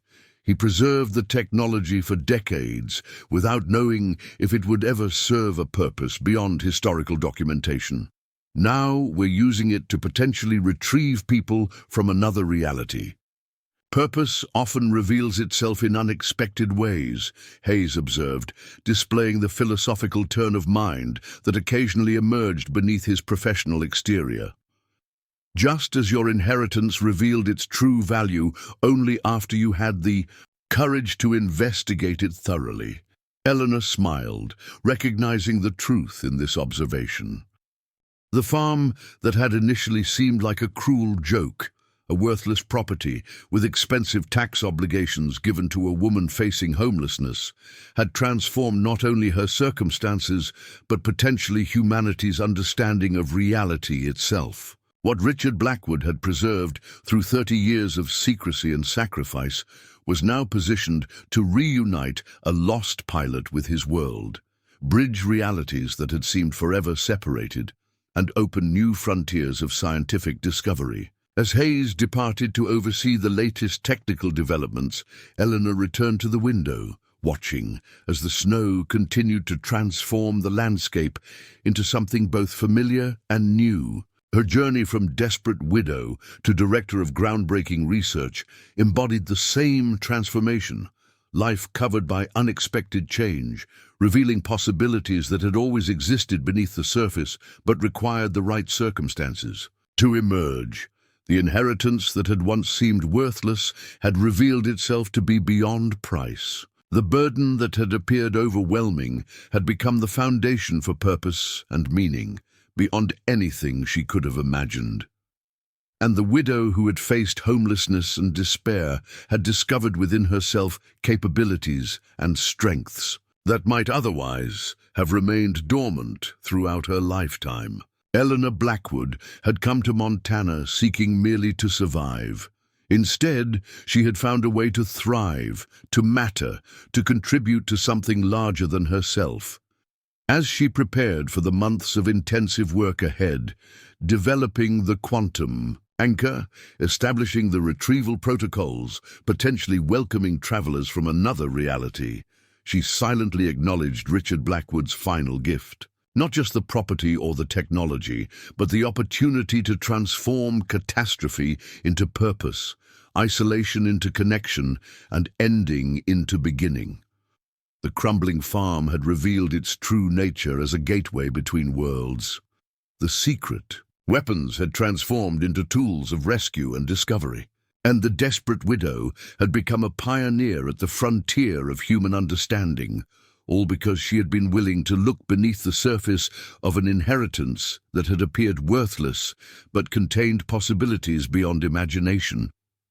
Outside, the snow continued to fall, covering the Montana landscape in a blanket of pristine white, nature's own transformation of the familiar into something new and full of possibility.